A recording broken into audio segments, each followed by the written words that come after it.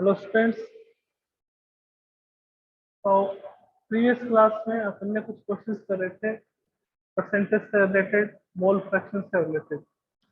Mole fraction के जो questions आते हैं काफी इजी। मोल्स कैलकुलेट करो, फॉर्मूले में वैल्यू पुट करो ना।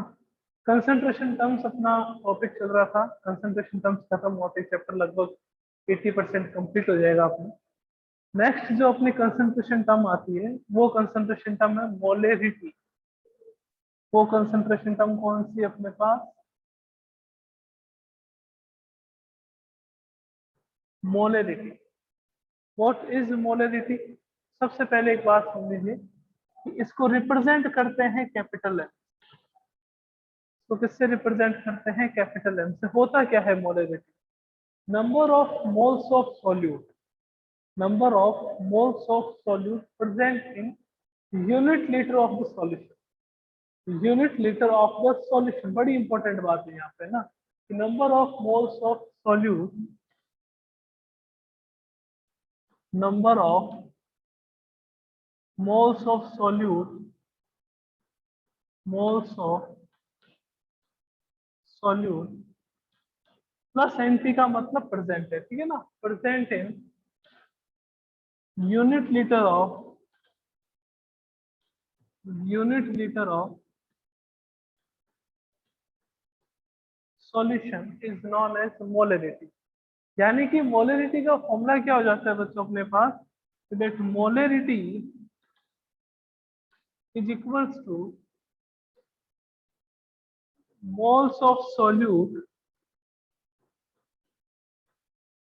moles of solute upon volume of solution in liter। Volume जो हमेशा आप यहाँ रख रहे हो वो किस में रखोगे? लीटर में रखो। या फिर यूं लिख सकते हैं that capital M is equals to weight in gram of solute upon molecular weight of solute multiplied by volume of solution,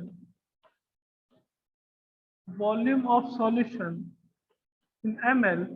अगर कभी ml में आ जाए तो ऊपर अपन 1000 से मल्टीप्लाई करेंगे। कि सर ऐसा क्यों करेंगे, क्या रीजन? मैंने कहा हमेशा वॉल्यूम किस में लेना है अपने को? लीटर में।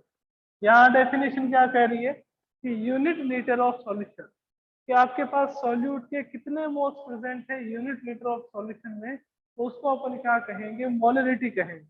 तो अगर कभी क्वेश्चन में आपके पास वॉल्यूम जो है वो ml में गिवन हो तो आप ऊपर क्या करोगे? 1000 से मल्टीप्लाई करोगे। ओके।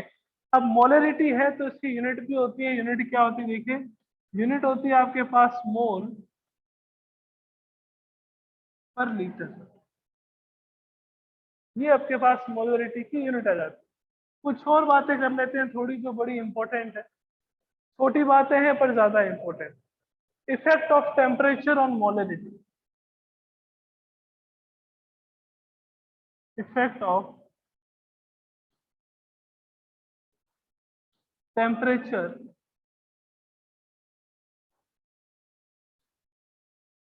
ऑन मोलरिटी, कि मोलरिटी पर टेम्परेचर का क्या इफेक्ट पड़ता है।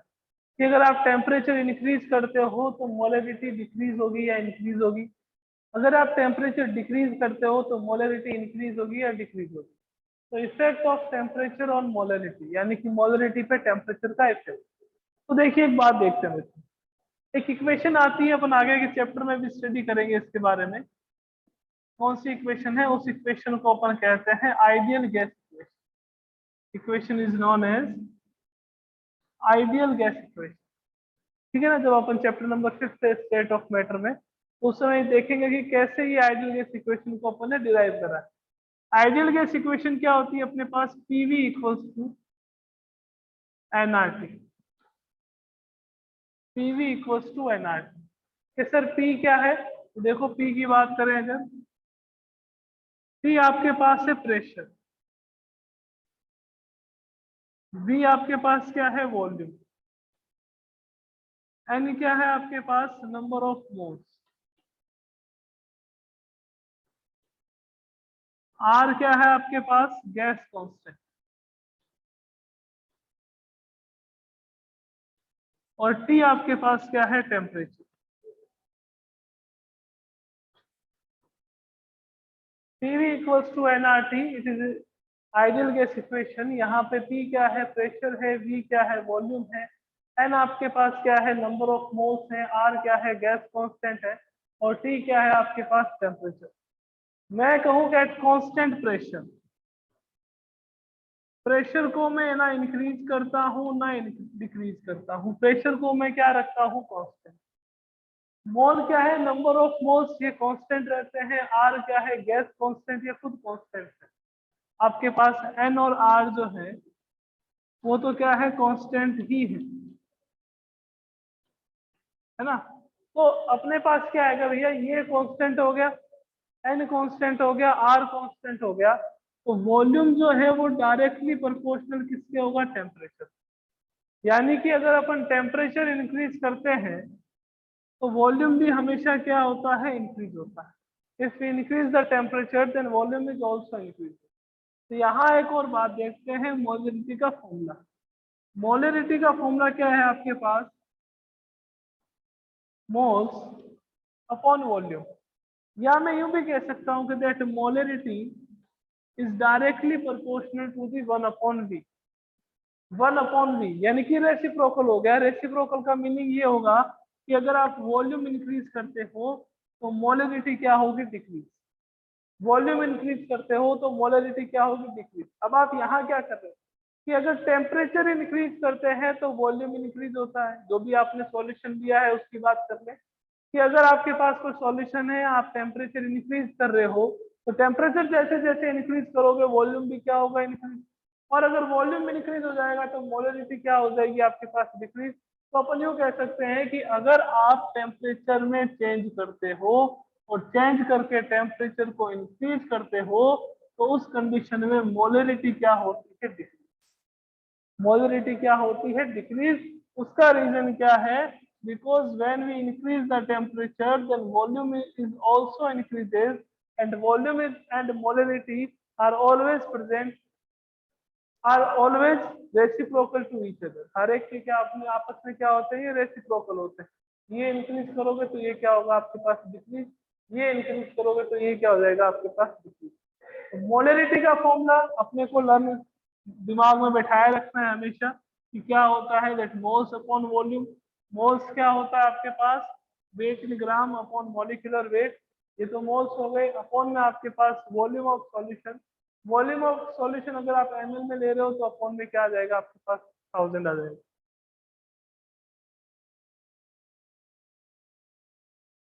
ये आपके पास क्या आ जाएगा, 1000 आ जाएगा, क्योंकि ये आप क्या कर रहे हो, एमएल में ले रहे हो। ओके।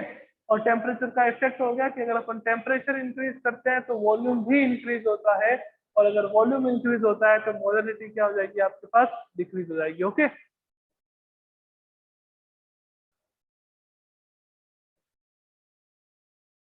तो आइए देखते हैं, इजी इजी क्वेश्चन से स्टार्ट करेंगे पहले। मोलरिटी इतना ही नहीं है, और है आपके पास। अभी तो सिंपल सा फॉर्मूला है जो एनसीईआरटी में गिवन। अपन थोड़ा सा एनसीईआरटी से आगे कर रहे हैं ताकि कोई प्रॉब्लम ना हो आगे जाकर।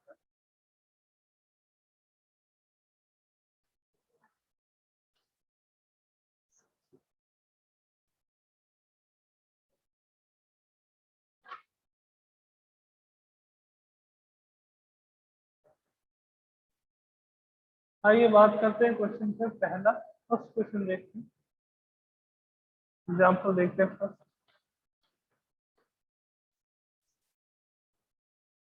4.9 ग्राम of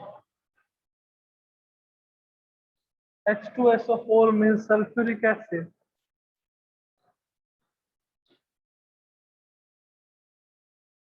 is present in 250 ml of solution. 250 ml of solution. Then molarity of solution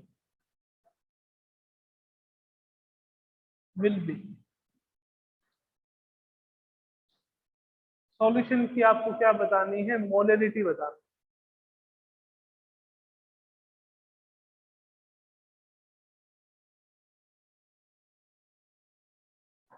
तो देखिएगा आपको क्या गिवन है, 4.9 gram of H2SO4 is present in 250 ml of the solution, then what is the molarity of the solution, है ना, क्या होगा। तो सिंपल सा फॉर्मूला अप्लाई करना है, that molarity is equals to moles upon volume. Molarity is equals to moles upon volume, बस कुछ ही नहीं है। और कि सर मोल्स, मोल्स को कैलकुलेट कर लो, moles of H2SO4 is equals to, आपके पास क्या आएगा, H2SO4 का wait in gram 4.9 upon H2SO4 का मॉलिक्यूलर वेट 90, ये आपके पास मोल्स है। पॉइंट हटाया, यहाँ पे 10 आया, कैंसिल आउट करा कितनी टाइम, 2 टाइम, तो कितना हो गया आपके पास 1/20। ओके, ये मोल्स आ गया। अब मोलरिटी का फॉर्मूला अप्लाई कर दो, मोलरिटी इक्वल्स टू, मोल्स कितने हैं 1/20, वॉल्यूम कितना है आपके पास 250, इंटू आप क्या कर दो 1000। सर 1000 क्यों किया, मैंने कहा यहाँ पे सॉल्यूशन क्या है ml में, अगर आपके पास वॉल्यूम ml में हो तो क्या करना पड़ेगा, 1000 करना पड़ेगा। ये कैंसिल आउट करा कितनी टाइम आपने, 4 टाइम, ये कैंसिल आउट करा आपने कितनी टाइम, 5 टाइम, तो molarity will be 1/5 equals to 0.2, ये आपके पास क्या आ जाएगी मोलरिटी। 3 स्टेप का क्वेश्चन था, पहले मोल्स कैलकुलेट करने थे, मोल्स कैलकुलेट करने के बाद में आपको क्या करना था, मोलरिटी कैलकुलेट करनी थी। ओके, नेक्स्ट पे बात करते हैं, next example.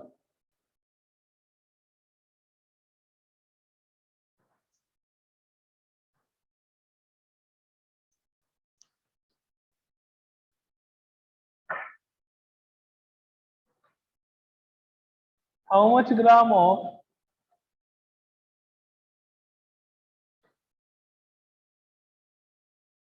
NaOH will required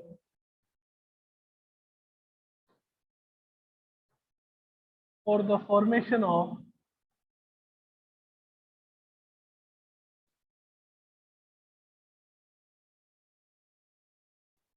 250 ml of solution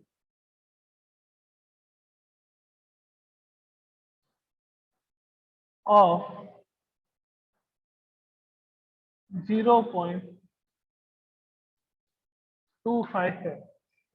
solution की मोलरिटी गिवन है आपके पास कि if the molarity of the solution is 0.25, then how much gram of NaOH will be required for the formation of 250 ml of solution, for the formation of 250 ml। आपके पास molarity given है, कितनी given है, ये 0.25 है ना, 0.25। Formula वही है, कोई प्रॉब्लम ही नहीं है अपने को, कि molarity is equals to weight in gram upon molecular weight multiplied by volume. अगर ये ml में है तो आपको क्या करना है, 1000 से मल्टीप्लाई ऊपर की ओर। ये कितना है 0.25 is equals to, weight in gram x ले लेते हैं, आपको कैलकुलेट करना है 40 इंटू ये कितना है आपके पास 250 इंटू आपके पास क्या आ जाएगा 1000, इंटू आपके पास क्या आ जाएगा 1000। तो आपको x की वैल्यू कैलकुलेट करनी है, तो 0.25 इंटू 40 250 अपॉन आपके पास क्या आ जाएगा 1000। पॉइंट हटाएंगे तो यहाँ पे वो जीरो हो जाएगा। ओके, NaOH का मॉलिक्यूलर वेट 40 होता है ना, तो ये कितने टाइम कैंसिल आउट हो गया, ये आपके पास 4 टाइम कैंसिल आउट हो गया। 40 आंसर कैसा है आपका, ये 4 है तो ये आपके पास 10 टाइम कैंसिल आउट हो गया, है ना, ये भी आपके पास 4 टाइम कैंसिल आउट हो गया। 250 ml था, 0.25 is equals to x, into 1000 upon 40 into 250 multiply करेंगे, इधर क्रॉस मल्टीप्लाई तो 0.25 इंटू 40 इंटू 250 अपॉन 1000, पॉइंट हटाएंगे तो 100, पॉइंट हटाया 25 फोर का 100, 4 से कैंसिल आउट करा 10 टाइम, 250 से कैंसिल आउट करा 4 टाइम, 10 अपॉन 4,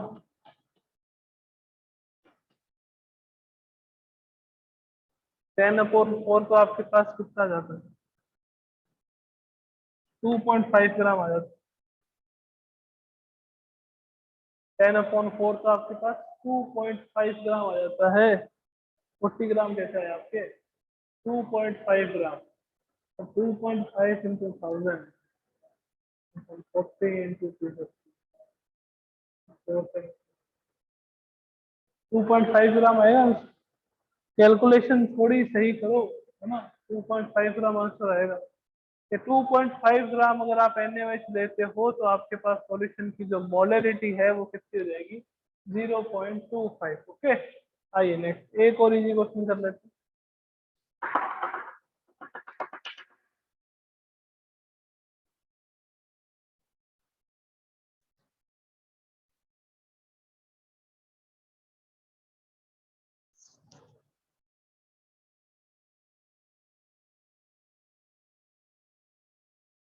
नेक्स्ट एग्जांपल देखते हैं आपके पास।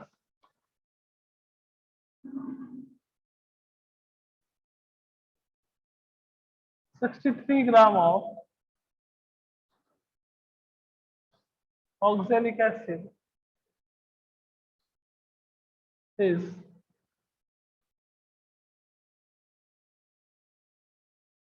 present in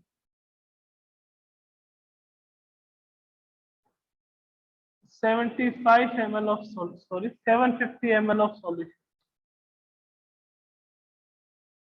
Molarity of solution will, solution की मोलरिटी क्या हो, 63 ग्राम ऑफ ऑक्जेलिक एसिड। यहाँ पे जो ये ऑक्जेलिक एसिड है वो क्रिस्टलाइन है। क्रिस्टलाइन का मीनिंग आपको शायद मैंने पहले भी बताया था। क्रिस्टलाइन का मीनिंग क्या होता है, वाटर ऑफ क्रिस्टलाइजेशन। कि जो ऑक्जेलिक एसिड है COOH, इसके साथ 2 एटम ऑफ क्या होगा आपके पास, 2 मॉलिक्यूल ऑफ क्या होगा आपके पास, H2 होगा। 2 मॉलिक्यूल ऑफ H2 होगा। इसका मीनिंग क्या हो गया, इसका मॉलिक्यूलर वेट जो है वो आपके पास, इसका तो पूरा 90 होता है, प्लस आपके पास 36 यानी कि 126 का क्या हो जाएगा, मॉलिक्यूलर वेट।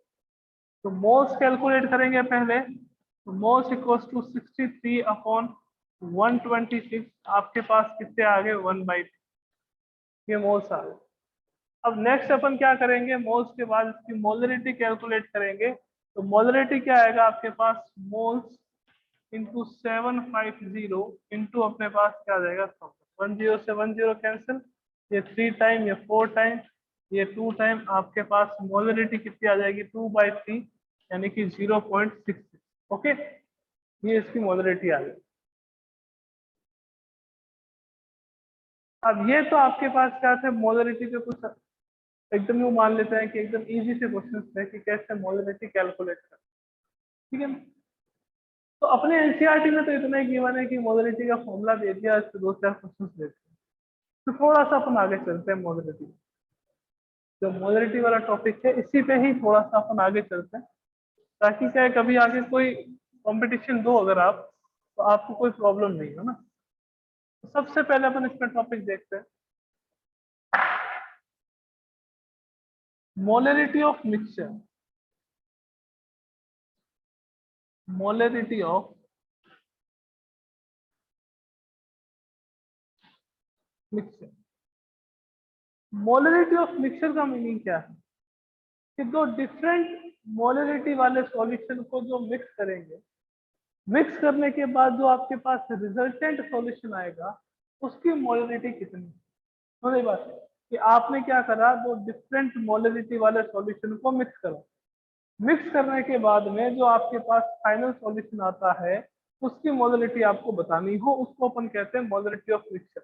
जैसे आपके पास ये कंटेनर, इस कंटेनर में कोई सॉल्यूशन प्रेजेंट,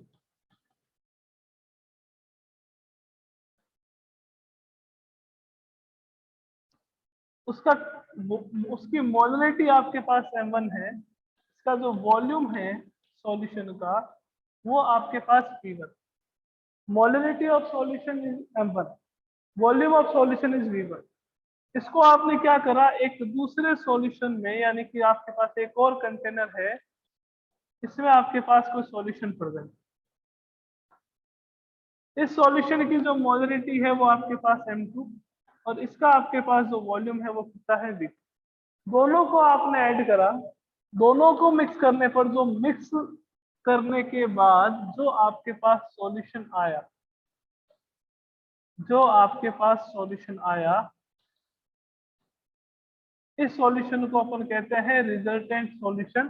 तो इस रिजल्टेंट सॉल्यूशन की जो मोलरिटी है वो अपने को कैलकुलेट कर, कि अगर आप दो डिफरेंट मोलरिटी वाले यानी कि दो डिफरेंट कंसंट्रेशन वाले सॉल्यूशन को ऐड करते हो, ऐड करने के बाद में जो फाइनल सॉल्यूशन, जो रिजल्टेंट सॉल्यूशन मिलता है उसकी मोलरिटी कितनी है ना। सर उसका वॉल्यूम कितना होगा, वॉल्यूम तो बच्चों देखो v1 प्लस v2। क्या आप खुद ही देख लो कि अगर आप क्या करते हो कि एक कंटेनर में 50 ml वाटर है, एक में 100 ml वाटर है, दोनों को अगर ऐड करते हैं तो ऐड करने पर टोटल वॉल्यूम कितना हो जाएगा आपके पास v1 प्लस v2 यानी कि 150 हो जाएगा। तो इन दोनों को जब अपन ऐड करेंगे तो ऐड करने पर जो आपके पास वॉल्यूम आएगा वो तो कितना हो जाएगा v1 प्लस v2। सर अगर वॉल्यूम v1 प्लस v2 हो गया तो हमारे पास तो रिजल्टेंट मोलरिटी है वो भी कितनी हो जाएगी m1 plus m2। Resultant molarity भी कितनी हो जाएगी m1 प्लस m2, बट ऐसा नहीं होता। तो कैसे कैलकुलेट करते हैं देखो, इसकी मोलरिटी m1, इसके वॉल्यूम v1, तो इसके मोल कितने हो जाएंगे m1 प्लस v1, इसके मोल कितने हो जाएंगे m1 प्लस v1। सर मोल कैसे, मैंने कहा मोल का फॉर्मूला, मोलरिटी का फॉर्मूला क्या होता है कि sir molarity is equals to moles upon आपके पास क्या होता है volume, molarity is equals to moles upon आपके पास वॉल्यूम। मैंने कहा बच्चा मोल का फॉर्मूला क्या होगा, तो आपने कहा सर मोल का फॉर्मूला हो जाएगा मोलरिटी इनटू वॉल्यूम। तो ये आपके पास इसके मोल आ गए फर्स्ट सॉल्यूशन। सेकंड सॉल्यूशन के मोल्स कितने हैं m2 v2 और थर्ड सॉल्यूशन के कितने हैं mr v1 प्लस v2। ये आपके पास है। आपको कैलकुलेट क्या करना है, आपको एमआर तो कैलकुलेट करना है, रिजल्टेंट सॉल्यूशन की मोलरिटी कैलकुलेट करनी है। तो एमआर के लिए क्या आएगा, that molarity of resultant solution is equals to total moles m1 v1 plus m2 v2 upon total volume v1 plus v। ये आपके पास क्या होगा, रिजल्टेंट सॉल्यूशन की मोलरिटी। कि अगर दो डिफरेंट मोलरिटी वाले सॉल्यूशन को आप ऐड करते हो तो ऐड करने के बाद में जो रिजल्टेंट सॉल्यूशन मिलता है उस रिजल्टेंट सॉल्यूशन की मोलरिटी कितनी होगी, वो होगी mr is equal to m1 v1 plus m2 v2 upon v1 plus upon में क्या आ जाएगा आपके पास v1 प्लस v2 है ना। ये आपके पास क्या हो गया मोल्स ऑफ फर्स्ट सॉल्यूशन, ये क्या हो गया मोल्स ऑफ सेकंड सॉल्यूशन। अपने को ही पता है कि मोलरिटी का फॉर्मूला क्या होता है मोल अपॉन वॉल्यूम। तो ये तो आपके पास टोटल मोल्स आ गए, ये आपके पास टोटल वॉल्यूम आ गया, तो रिजल्टेंट सॉल्यूशन की मोलरिटी आप इजीली कैलकुलेट कर सकते हैं। सर कोई एग्जांपल, तो देखो मैंने कहा कि यहाँ पर ये जो फर्स्ट सॉल्यूशन है, इस फर्स्ट सॉल्यूशन में मेरे पास 100 ml 5m का कोई HCl सॉल्यूशन, 100 ml 5m का कोई HCl का सॉल्यूशन, ठीक है। यहाँ पे मेरे पास 250 ml 2m का HCl का सॉल्यूशन, 100 ml 5m का HCl solution, 250 ml 2m HCl का सॉल्यूशन। तो आपको क्या बताना है, आपको ये पूछ दिया कि what will be the molarity of resultant solution, resultant solution की मोलरिटी क्या होगी, आप हमें ये बताइए। रिजल्टेंट सॉल्यूशन की मोलरिटी क्या होगी आप हमें ये बताइए। तो अपन सिंपल सा फॉर्मूला अप्लाई करेंगे कि that mr is equals to m1 v1। m1 कितना है 100 और सॉरी m1 कितना है आपके पास 5 और v1 कितना है आपके पास 100, ठीक है। सर यहाँ पे ml में है वॉल्यूम, यहाँ ml में ले लीजिए, कोई दिक्कत वाली बात नहीं है। प्लस आपके पास क्या आ जाएगा M2V2, ये कितना आ गया आपके पास 2 × 250 अपॉन आपके पास क्या आ गया 100 + 250। तो रिजल्टेंट सॉल्यूशन की मोलरिटी क्या होगी 500 + 500 अपॉन 350, यानी कि रिजल्टेंट सॉल्यूशन की मोलरिटी कितनी हो जाएगी 1000 अपॉन 350। 10 से 10 कैंसिल आउट करो। 5 की टेबल से देखोगे तो ये कितने टाइम 20 टाइम, 5 की टेबल से ये 7 टाइम, तो 20 अपॉन क्या आ गया 7, अप्रोक्सीमेटली मोलरिटी कितनी आ जाएगी आपके पास, तो 7 3 जा कितना होता है 21। तो ऐसे अपन क्या करते हैं रिजल्टेंट सॉल्यूशन की मोलरिटी कैलकुलेट करने का फॉर्मूला है ये, कौन सा, that mr = m1v1 + m2v2 upon v1 + v2। तो अगर दो डिफरेंट मोलरिटी के सॉल्यूशन को आप आपस में ऐड करते हो, अगर दो डिफरेंट मोलरिटी के सॉल्यूशन को आप अगर ऐड करते हो, तो ऐड करने के बाद जो फाइनल सॉल्यूशन मिल रहा है आपको, उस फाइनल सॉल्यूशन की मोलरिटी जो है वो इस फॉर्मूले से कैलकुलेट करी जाती है, that mr = m1v1 + m2v2 upon v1 + okay. तो अभी तक मोलरिटी कंप्लीट नहीं हुआ है, अभी तक 2-3 टॉपिक और बाकी हैं, लाइक डाइल्यूशन लॉ हो गया, लाइक आपके पास मोलरिटी और डेंसिटी में रिलेशन हो गया कि what is the relation between density and molarity. तो ये अपन आगे कल नेक्स्ट क्लास में डिस्कस करेंगे। ओके, तो मिलते हैं बच्चों कल की क्लास में। Take care and bye, thank you.